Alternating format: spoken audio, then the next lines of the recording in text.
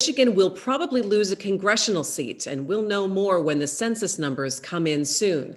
The Michigan Independent Citizens Redistricting Commission is taking the lead on drawing congressional and state legislative maps over the next year as we head into the 2022 vote. One Detroit's Bill Kubota has more. Getting the political parties and their office holders to give up control of this process is hard. The process, electoral redistricting. There's a big change afoot. Well, what was the old way of doing it, which is the political way, right? Yeah, well, the last two times around, the Republicans controlled the legislature and the governorship. So the idea is Democrats might as well go home and watch football or something because they were going to play no part. This was going to be done to them, not by them. John Chamberlain's been a redistricting participant and observer since the 1960s, but it's just recently Michigan voters changed the game. Over 3,000 volunteers collected more than 425,000 petition signatures. Proposal 2 called for an independent citizens redistricting commission in 2018. It passed. Now the work has begun. Michigan's 83 counties signed, including Republicans, Independents, Democrats, and those somewhere in between. I've had one commission meeting under my belt, so I'm rolling. The commission's executive director, Sue Hammersmith, started last month. This is for the citizens, by the citizens of Michigan. So it's pretty exciting to be part of this historic work. The commission has a few other states to look to. California started their redistricting commission a decade ago. We are the 14 members of the California Citizens Redistricting Commission, and we draw the lines. The citizens of California were very happy with the outcome of that process, despite the fact that they were doing it for the first time. People recognized, Democrats and Republicans alike, that this was a better way of doing it. We'll keep it up. There are 4 Democrats, 4 Republicans, and 5 independents that serve on the commission. But this is all going on in the middle of a pandemic. How's that affecting things? Well, it's going to be much harder in a pandemic to speak directly with people. Point in case, we're on Zoom today. In some respects, maybe that'll open up options for people to speak up. Rebecca Zatella, attorney with 4 children and now a redistricting commissioner. I was very surprised that I made it on the commission, but I'm very happy to have this opportunity. She joined as a political independent. I think the workload is going to pick up in the summer as we get closer and once we get census information so that we can actually start possibly redrawing maps. But for right now, it's about every other week or every week of about 4 to 5 hours of meeting and then outside prep. There will be at least 10 public hearings. Will they be virtual, in person? Don't know yet. A lot to talk about. State House, Senate districts, and those congressional seats. There's no doubt that we're going to lose another congressional seat. I think we're pretty much, no matter what happens. Kurt Metzger, Pleasant Ridge mayor and demographer. We're now at about 61 of our 83 counties have more deaths than births on an annual basis. Back in 1980, Michigan had 19 seats in Congress. Soon it'll be just 13. Every 10 years after every census, we keep losing. And none of this is really a surprise. I know there was a big effort to get the census numbers as close as you can or get the numbers up. Right. But there was still probably not much hope of saving that seat, was there?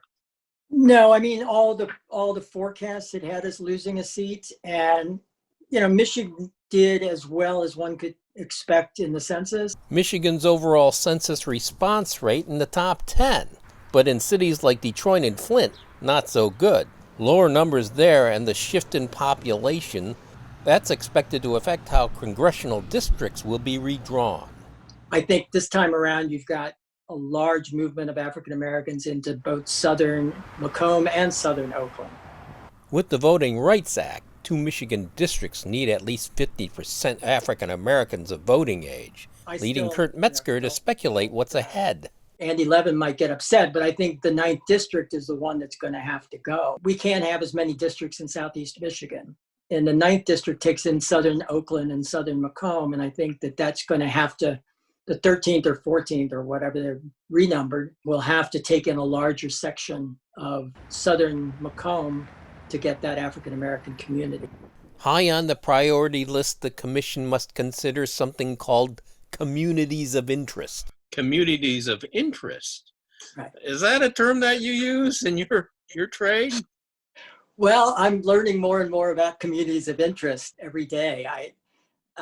It has always been one of the factors in redistricting, but it's usually, if you look at other states, it's been way down at the bottom. If you think about, who's a community of interest? Is it a religious group, an ethnic group? Is it an economic group? Then, you're starting to make pretty core decisions about who people are and how they should be represented. And so all of those become pretty controversial decisions. Communities of interest don't come predefined. There's no directory of communities of interest that the commission could go to.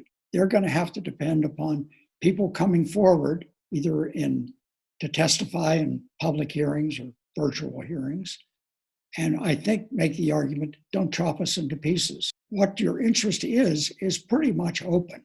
I mean, you can name your interest other than our interest is getting our guy reelected. Another priority, partisan fairness. How to do that with tightly packed urban areas with a lot more Democrats. Breaking them up is hard to do, which may be needed to create more competitive districts. There are a lot of maps that you could draw where Democrats will continue to have large problems in translating a statewide victory into a victory in, say, the Michigan Senate. Thus the conundrum, as more Michigan voters lean Democrat while more House and Senate seats are Republican. I'm just telling you, that's actually very hard to achieve in concert with the other objectives, which are, we pay attention to communities of interest. We make sure racial groups have the potential to elect demographic representatives. All of those things can be in conflict with achieving a map that means that a 50-50 vote would go 50-50 in representatives. Now eyes turn toward that new commission where you can follow every development online courtesy the Michigan Secretary of State. We have to have our final maps drawn by November 1. So that is our hard deadline that we're working with, and everything else is just going to fall into place based on when we get the data that we need to do our job. The success will be whether people show up at these public meetings and people across the state get energized and engaged in the process. It is easy to make a map that is less partisan driven and less gerrymandered than the current maps. So that's a bar that they'll be able to meet. But it is much harder to satisfy people all with reasonable criteria for drawing the lines.